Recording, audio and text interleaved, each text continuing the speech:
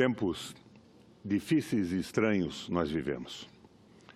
Nós estamos com esta sessão no ar através da internet, mas dificuldades burocráticas farão com que ela seja reproduzida posteriormente na TV Senado. Mas ela não está sendo transmitida ao vivo na TV Senado. Sinal dos tempos, presidente.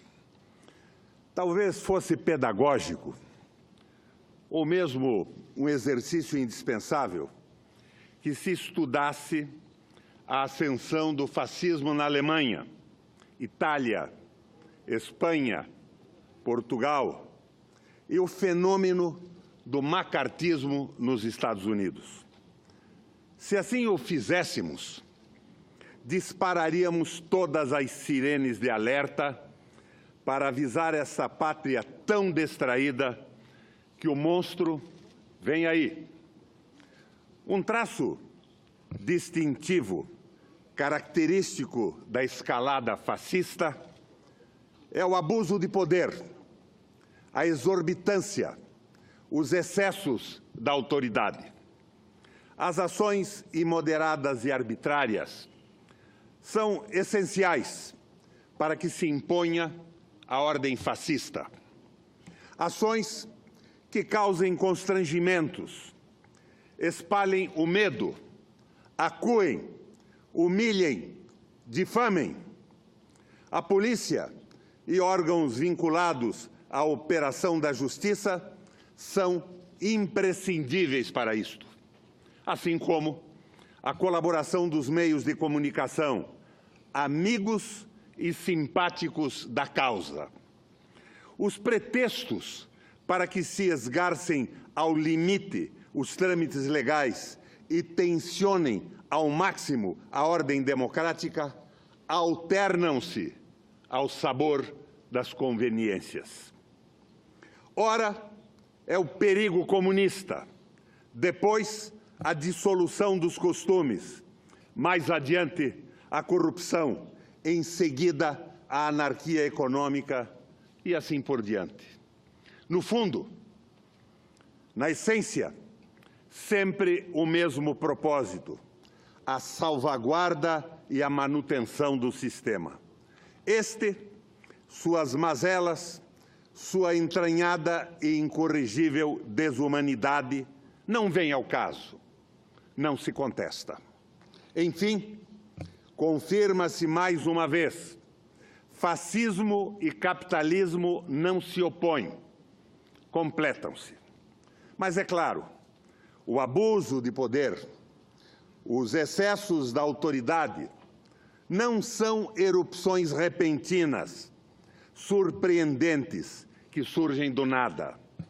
Estas manifestações exigem um longo cultivo, cuidadosa maturação e, como a história ensina, exige principalmente a omissão, o silêncio e a conivência dos democratas, dos humanistas, das mulheres e dos homens de bem. Omissão, silêncio, conivência, que levam a tragédias como a morte do reitor Luiz Carlos Consellier. O caso do professor Consellier é um exemplo clássico, pronto e acabado de abuso de poder. Um exemplo também completo da impunidade das autoridades arbitrárias e despóticas. Prisão sem justificativa firme, plausível e feita sob os holofotes da Globo, da CBN. Acusações vagas, suposições e todo o ritual de humilhação a que são submetidos os presos, culpados ou inocentes. De um lado, a covardia extrema, sadismo, maldade, cinismo, baixeza, a vilania praticada em seu grau mais elevado. De outro, angústia, desespero, desamparo e aquele sentimento de injustiça, de iniquidade, que nada aplaca, alivia ou consola. Não há como se livrar da mancha de ter sido preso nesse Brasil dos abusos da Lava Jato e de operações inquisitoriais assemelhadas. Se foi preso, é porque deve ter alguma coisa. Se foi preso, mereceu, diz a voz dos tolos. Como alguns dos presos são realmente bandidos, todos os presos são bandidos. Esse, o silogismo medíocre, ginasiano, concurseiro dessa nova rapaziada que invade as instituições brasileiras pela via do concurso público. Eliminou-se a presunção de inocência. A Polícia Federal, o Ministério Público, o Judiciário transformam-se na espada santa do Senhor, nos anjos da justiça, infalíveis, incontestáveis. Se a verdade dos fatos os contrariam, azar. E vamos parar com essa pusilanimidade de chamar isto de ativismo judicial. Ativismo judicial é a santa progenitora desses causídicos bobalhões. É ativismo político, desbragado, deslavado, desavergonhado.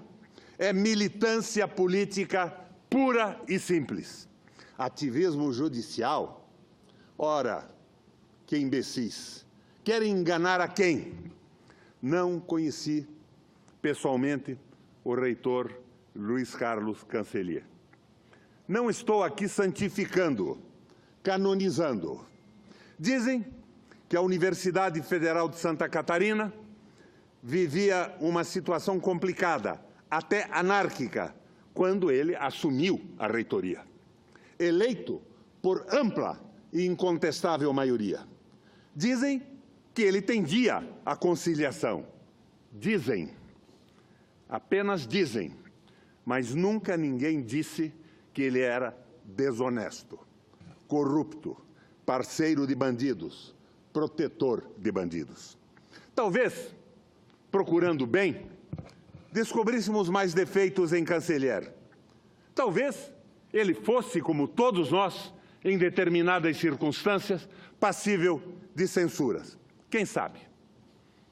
Mas daí a atirá-lo no lodaçal das suspeitas, equiparando-o pelo tratamento a ele concedido a esses notórios bandidos dessa república, demeliantes? Não.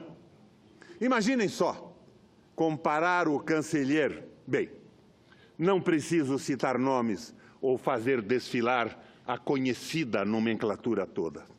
Pois é, os canalhas ousaram fazer isso com o reitor Cancellier.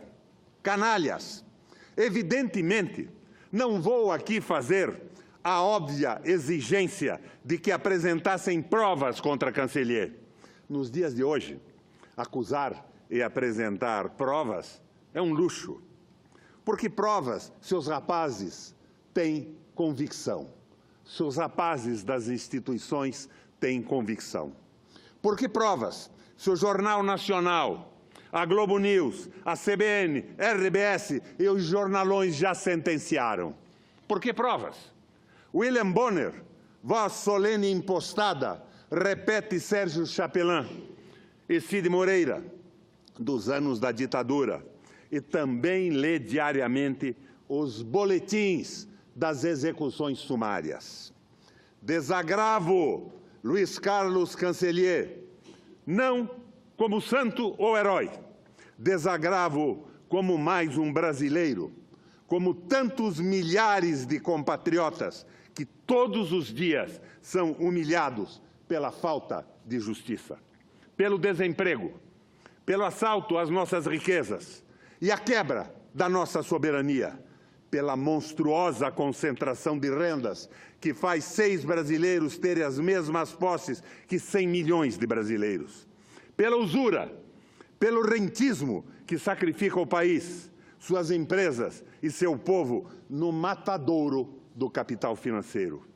Desagravo o reitor Cancellier, porque enquanto o perseguem, o expõem e o enxovalham à corrupção, a grande e asquerosa corrupção da escravização dos trabalhadores, do corte de gastos públicos na saúde, na educação, na segurança pública, na geração de empregos, na habitação e no saneamento, a corrupção da entrega do pré-sal e dos minérios, a corrupção da privatização da energia elétrica e da venda de terras para estrangeiros, a corrupção abominável do racismo, que faz com que mais de 70% dos brasileiros sejam vítimas de violência e sejam pretos, pardos e mulatos.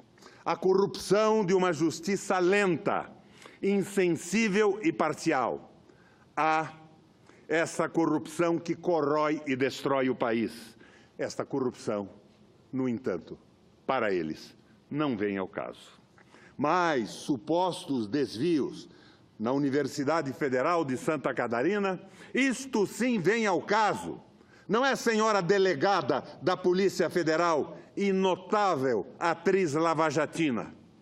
Não é, senhores juízes e senhores promotores, mais justiceiros e executores do que qualquer coisa. Não é, senhoras e senhores, que nada mais são que contrafacções, pastiches dos verdadeiros e sérios operadores do direito e da justiça. São força-tarefa ou são esquadrões da morte? As marcas da maldade ficaram impressas em Cancellier, em seu espírito, em sua alma atormentada, em seu coração estraçalhado. E o estigma foi lavado com sangue. Senhoras e senhores, hoje, exatamente hoje, 31 de outubro, há 500 anos, a humanidade conheceu um dos mais portentosos, sublimes e poderosos gritos contra o abuso de autoridade. No dia 31 de outubro de 1517, em Wittenberg, Alemanha, Martinho Lutero expõe suas 95 teses, denunciando a que extremo chegara o abuso de poder da cúpula dirigente da nossa Igreja Católica. O protesto de Lutero vibra, faz tremer a face da terra e desperta o homem para uma nova relação com a religião, com Deus, com a Igreja. O poder discricionário e seus implacáveis caçadores de heréticos e rebeldes sofre um abalo para todo o sempre. Protestemos. Mais que isso, rebelemo-nos, insurjamo-nos, vamos às ruas, ocupemos as escolas, façamos greve, ocupemos fábricas, bancos, escritórios, estaleiros, refinarias e vamos colocar abaixo o entreguismo escravagista, corrupto e inepto. É o meu grito, é o meu desagravo ao reitor Carlos Cancellier. Obrigado, senhores e senhoras.